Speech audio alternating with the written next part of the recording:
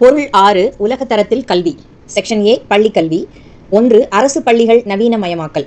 தமிழ்நாட்டின் ஒவ்வொரு அரசு பள்ளியிலும் உலகத்தரத்தில் அறிவியல் ஆய்வகங்கள், அதிவேக இணைய வசதியோடு கூடிய கணினி ஆய்வகங்கள், டிஜிட்டல் பிரிவுகளை உள்ளடக்கிய நவீன நூலகங்கள், STEM science, technology, engineering, maths பயிற்றுவிப்பு மையங்கள், நவீன கழிவறைகள், சுத்தமான குடிநீர் வசதி, தரமான அறைக்கலன்கள், ஆலோசனை மையங்கள் ஆகியவை அமைக்கப்படும். 2031க்குள் தமிழ்நாட்டின் அனைத்து பள்ளி வகுப்பறைகளும் ஸ்மார்ட் கிளாஸ் ரூம்களாக மாற்றப்படும். 2. கற்றல் விளைவுகளில் முதன்மை மாநிலமாக மாற்றுதல். மாணவர்களின் கற்றல் திறனில் பாலின சமூக அடிப்படையிலான குறைபாடுகளை களைய சிறப்பு திட்டங்கள் வகுக்கப்பட்டு முழு வீச்சில் செயல்படுத்தப்படும். இதன் மூலம் கற்றல் விளைவுகளில் லேர்னிங் அவுட்கம்ஸ் நாட்டிலேயே முதல் மாநிலமாகவும் வளர்ந்த நாடுகளுக்கு இணையாகவும் தமிழ்நாடு மாற்றப்படும். 3. காமராஜர் சிறப்பு பள்ளிகள்.